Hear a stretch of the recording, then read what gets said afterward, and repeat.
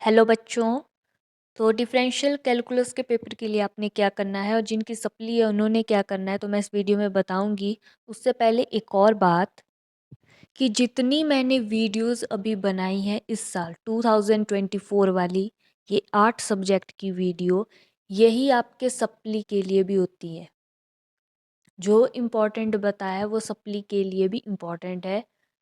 जो अभी नवंबर में सप्ली के एग्ज़ाम होते हैं उसके लिए भी यही इम्पोर्टेंट है जितना मैंने इन वीडियोस में आपको बताया है। चाहे आपका फर्स्ट चांस हो, चाहे थर्ड चांस हो, चाहे सेकंड चांस हो, यही इम्पोर्टेंट होता है। और आपने बस सप्ली के एग्ज़ाम के लिए अपने अकॉर्डिंग चैप्टर करने होते हैं। फिर इम्पोर्टेंट वही चैप्टर करने हैं, आपने अपने अकॉर्डिंग कुछ कंप्लीट करके जाओ, कुछ का इम्पोर्टेंट करके जाओ। और जो अभी ठीक है नवंबर अक्टूबर में एग्ज़ाम होंगे सप्ली के फर्स्ट चांस, तो वो थर्ड चांस वालों का भी पेपर होता है, दोनों के साथ में होते हैं। और जो पेपर होता है वो इजी होता है क्योंकि थर्ड चांस वाले पास हो जाएं इसीलिए इजी पेपर डाला होता है। तो फर्स्ट चांस वालों का भी वही क्वेश्चन पेपर होता है, थर्ड चांस वालों का भी वही क्वेश्चन पेपर होता है। ठीक है, अभी तक तो ऐसा ही हो रहा है कि दोनों का सेम क्वेश्चन पेपर होता है। बात का क्या पता, लेकिन इजी पेपर होता है, पास होने लायक होता ही होता है। तो अब हम इसका देख लेते हैं क्या करना है आपने पेपर के लिए। मैं इस तरह से बता रही हूँ कि आपका एक क्वेश्चन वहाँ पे हो जाए। ठीक है, डिफरेंशियल इक्वेशन के मुकाबले इस सब्जेक्ट में हम ज़्यादातर छोड़ सकते हैं। उसमें होता है कि मिक्स होके ज़्यादा आता है पेपर, तो उसका हमें थोड़ा ज़्यादा ही पढ़ना पड़ता है। तो यूनिट 1 है, इसमें आपके 3 चैप्टर और आपने करने 2 चैप्टर। फर्स्ट 2 से आपका एक क्वेश्चन हो जाता है। और इस तरह से भी आप कर सकते हो, फर्स्ट सेकंड चैप्टर करना या तो सेकंड या थर्ड, इन में से कोई एक। ठीक है, यूनिट 1 के लिए आपने 2 चैप्टर करके जाने हैं, आपका एक क्वेश्चन होगा फिर फर्स्ट सेकंड या तो सेकंड थर्ड चैप्टर। यूनिट 2 है, उसमें आपका आता है फोर्थ और फिफ्थ चैप्टर और आपने ये सारा करना है।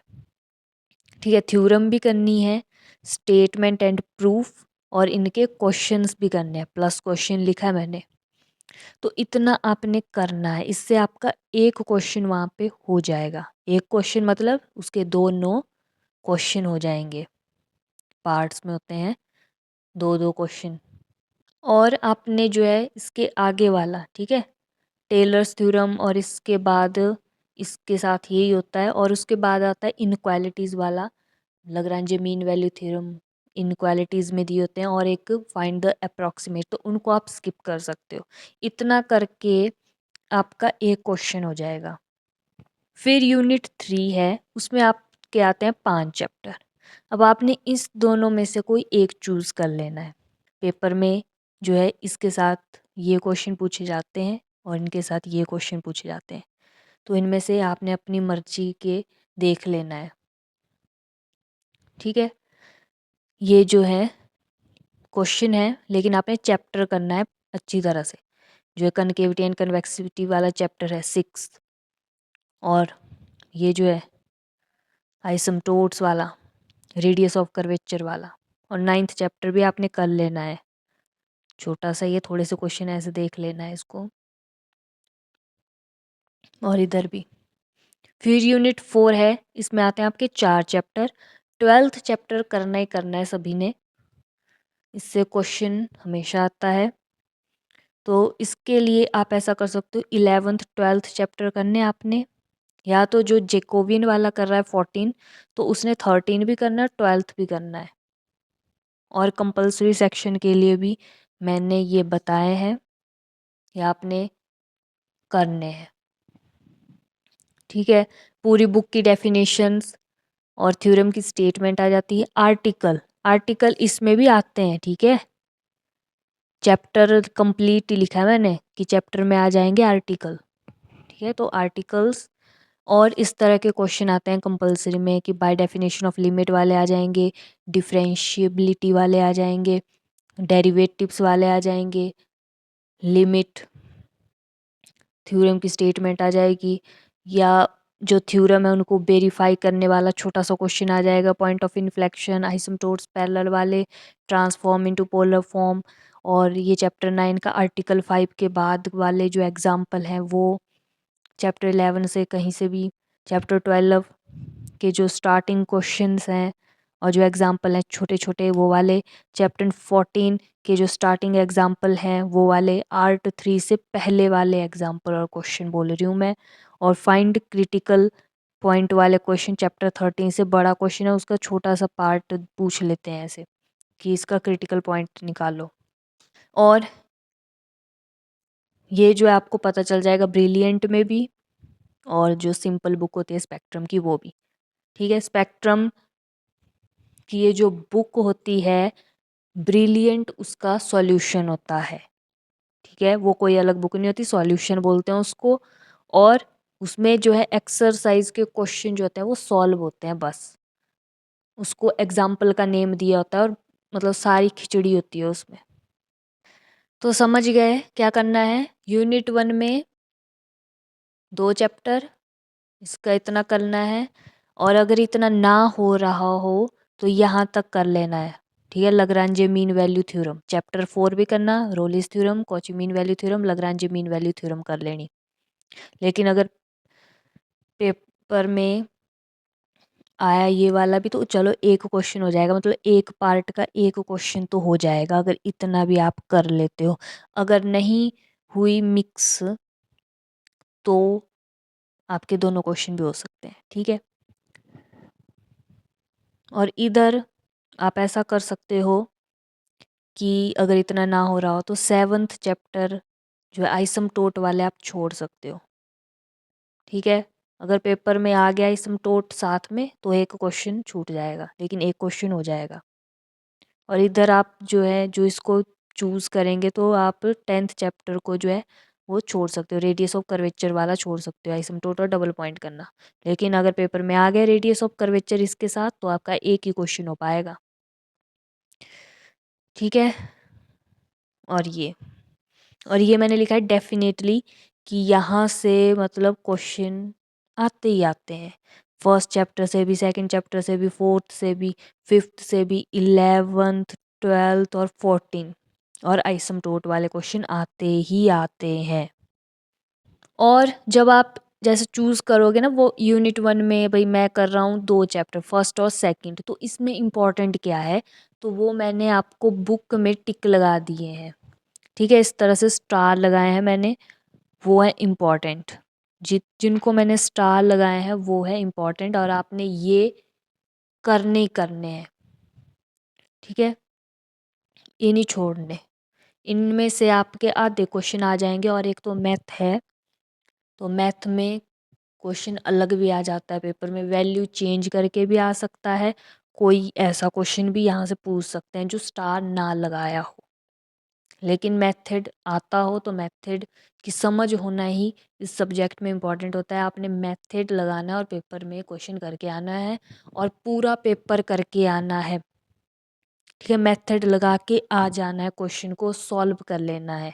लेकिन अगर ऐसा हो कि आपने पढ़ा ही नहीं हो और आपको आ ही ना रहा हो क्वेश्चन, मतलब काफ़ी दिमाग लगाने के बाद भी ना आ रहा हो, तब जाके छोड़ना। ऐसे क्वेश्चन को सॉल्व करके आ जाना, गलत के भी कई बार नंबर मिल जाते हैं, और इनको आपने कर लेना है। बाकी इनके अलावा करने हो और क्वेश्चन तो कर लेना, क्योंकि इसमें प्रैक्टिस ही मायने रखती है। जितनी आप प्रैक्टिस करोगे क्वेश्चंस की उतनी ही ज़्यादा आपको समझ होगी।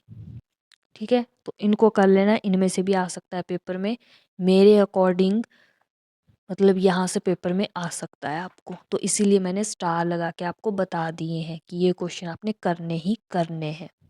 इस तरह से मैंने इम्पॉर्टेंट भी लिखा है, कुछ कुछ एक्सरसाइजेज को मैंने इम्पॉर्टेंट लिखा है, मतलब कि वहाँ से पेपर में क्वेश्चन आता ही आता है। इस तरह से, मतलब कि यहाँ से क्वेश्चन आता ही आता है। और आप जितनी थ्योरम्स के प्रूफ कर सकते हो उतनी कर लेना, ठीक है। और ये मैंने सिलेबस के अकॉर्डिंग किया है डिवाइड, समझ में आया। पेपर सेट डिफरेंट तरीके से हो सकता है। ऐसा हो सकता है कि फोर्थ चैप्टर का यूनिट 1 में दे दें, ऐसा भी हो जाता है पेपर में, मैथ के पेपर में कर देते हैं ऐसा। लेकिन हम करेंगे इस तरह से, अगर आपको करना ही होगा तो पूरी बुक ही कर लेना, ठीक है। अगर आपको टेंशन है कि पूरा पेपर मिक्स होके आ सकता है तो आप पूरी बुक ही कर लो। जिसको इस तरीके से करना है इस तरीके से भी करोगे, पास हो जाओगे। तो समझ गए ना। एक बार मैं फिर से बता देती हूँ, जैसे कि मेरा पेपर है तो मैं क्या जाऊँगी पढ़ के। यूनिट 1 के लिए मैं करके चली आऊँगी फर्स्ट और सेकंड चैप्टर। यूनिट 2 के लिए मैं चली आऊँगी करके ये सारा ही, ठीक है। अगर मेरे से ये नहीं हो रहा होगा, थोड़ा बहुत देख लूँगी, लेकिन यहाँ तक मैं अच्छी तरह से करके जाऊँगी, लाग्रांज मीन वैल्यू थ्योरम तक अच्छी तरह से। इसका भी देख लूँगी मैं थोड़ा बहुत। और यूनिट 3 है तो इसमें मैं कर लूँगी ये वाला पार्ट, ठीक है। 6th 7th 9th 10th chapter कर लूँगी मैं। 9th चैप्टर को भी देख लूँगी थोड़ा बहुत ऐसे ही, लेकिन बाकी इनको मैं अच्छी तरह से करके जाऊँगी क्योंकि यहाँ ये वाले क्वेश्चन आते हैं पेपर में। यूनिट 4 के लिए मैं करके जाऊँगी 11th और 12th चैप्टर। और कंपलसरी सेक्शन के लिए करके जाऊँगी पूरी बुक का डेफिनेशन, थ्योरम की स्टेटमेंट और छोटे छोटे क्वेश्चंस। तो इससे जो है मेरा पेपर 60+ मार्क्स का हो जाएगा। अब ऐसा भी कर सकते हो कि फर्स्ट और सेकंड चैप्टर पढ़ के गए